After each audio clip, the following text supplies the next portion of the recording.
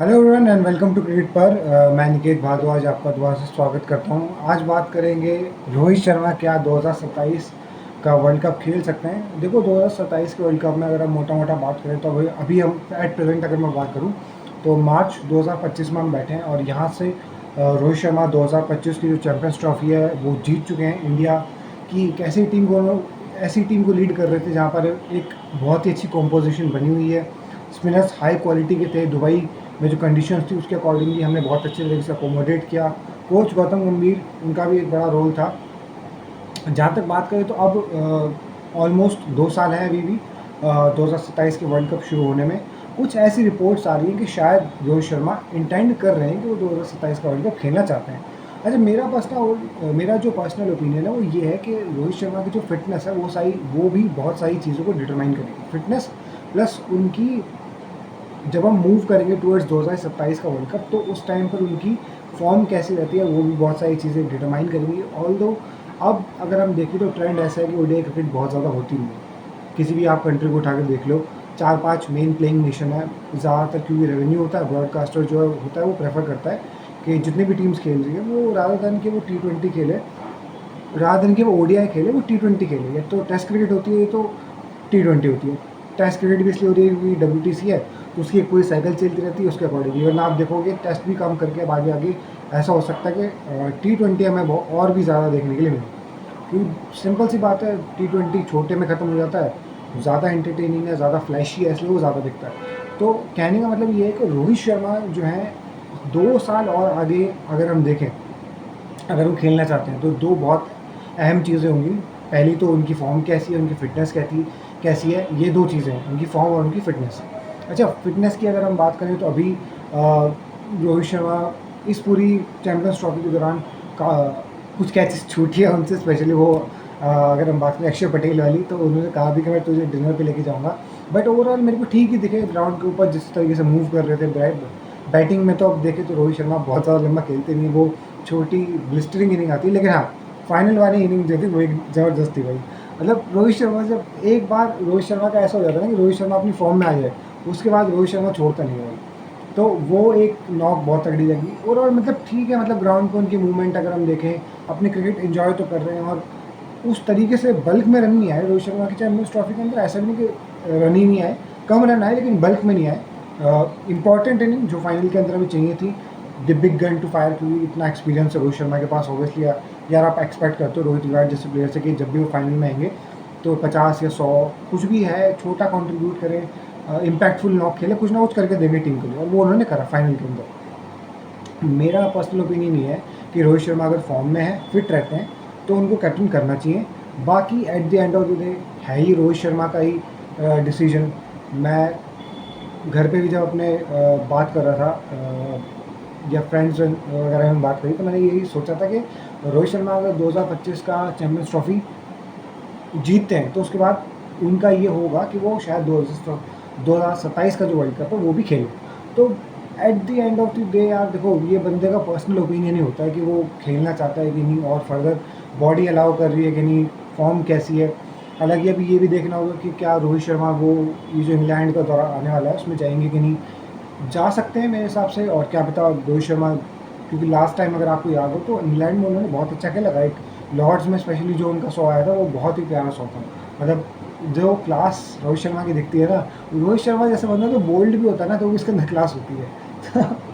तो मैं ओवरऑल कहना चाह रहा हूँ कि रोहित अभी भी जो उनका टच है बैट का, ठीक है, जो मतलब एफर्टलेस वो छक्के मारते हैं, जो पुल है उनका, जो आगे बढ़ के चार्ज करते हैं। स्पेशली उन्होंने कहा भी अपनी प्रेस कॉन्फ्रेंस में कि यार तो आप लोगों को लगता होगा कि मैं बिना सोचे समझे चार्ज कर देता हूँ, लेकिन मैं चीज़ों को इवेल्युएट करने के बाद ही, डिसाइड करने के बाद कि ये पर्टिकुलर बॉलर है, इसको मैं चार्ज कर सकता हूँ, उसके बाद मैं चार्ज करूँगा। तो मोटा मोटा आप ये कह सकते हो कि यार रोहित की फॉर्म, टीम की परफॉर्मेंस, ठीक है, उनके अंडर टीम की परफॉर्मेंस कैसी है। अगर मैचेस हार रहे होंगे तो उनके ऊपर क्रिटिसिज्म होगा, अगर उनकी खुद की फॉर्म नहीं हुई तो भी उनके ऊपर क्रिटिसिज्म होगा। लेकिन टीम जितना भी ओडीआई खेलेगी, building towards the 2027 World Cup, it will decide whether Rohit Sharma will continue to captain us in the white ball, or whether white ball specifically, because मेरे अकॉर्डिंगली 2027 इस साइकिल में ज़्यादा अरसे शायद रोहित शर्मा जो है कप्तान ना रहे।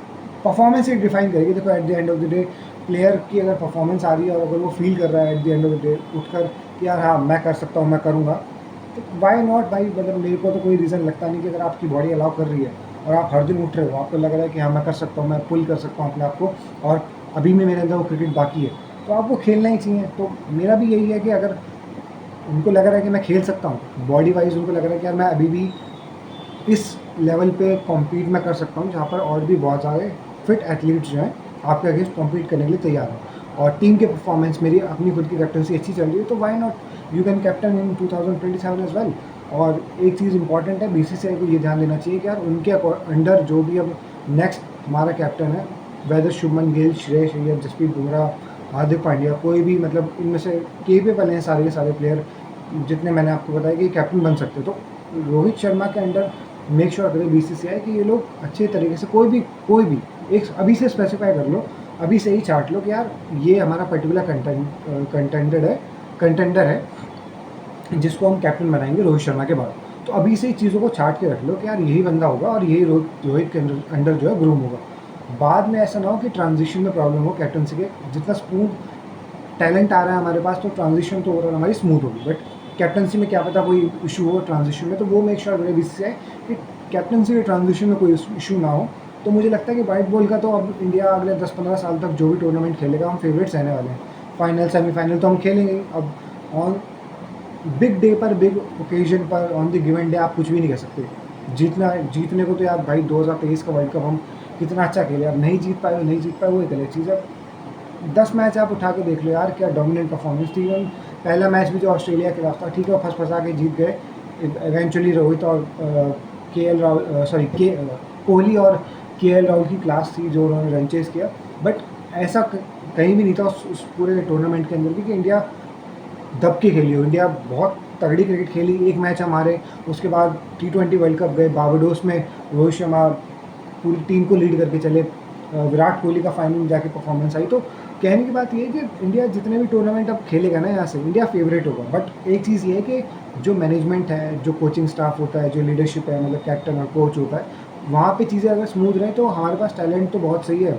मुझे तो नहीं लगता कि India as an Indian cricket fan मुझे लगता है कि ये बहुत ही ज़्यादा एक्साइटिंग टाइम्स है यहाँ पर, क्योंकि अब आप जितने भी टूर्नामेंट यहाँ से उठा के देख लो, चाहे वो 2026 का T20 वर्ल्ड कप हो वो घर में ही होना है, ठीक है, चाहे वो 2027 का जो वर्ल्ड कप होना है साउथ अफ्रीका में, हम ओडीआई में तो ऑन ट्रैक हैं, मतलब हमें आती है ओडीआई क्रिकेट हमें कैसे खेलनी है। गौतम गंभीर जिस तरीके से वो छठा बॉलिंग ऑप्शन उन्होंने डेवलप किया, और अभी T20 में अगर आप देखोगे तो बहुत सारे बॉलिंग ऑप्शंस हैं हमारे पास, चाहे वो तिलक वर्मा हो वो बॉलिंग कर सकते हैं, Riyan Parag of and on खेलेंगे तो वो बॉलिंग करेंगे।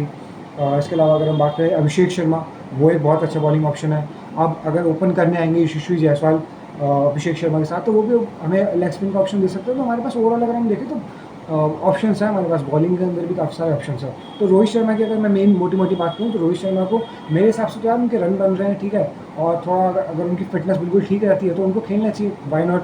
उनके पास वो एक्सपीरियंस होगा, एक्सपोजर होगा, और अगर इसी तरीके से वो कंटिन्यू, देखो एक चीज़ तो है कि रोहित शर्मा अब जिस सॉर्ट ऑफ क्रिकेट खेल रहे हैं, अटैकिंग क्रिकेट, बहुत बड़े रन तो नहीं आएंगे।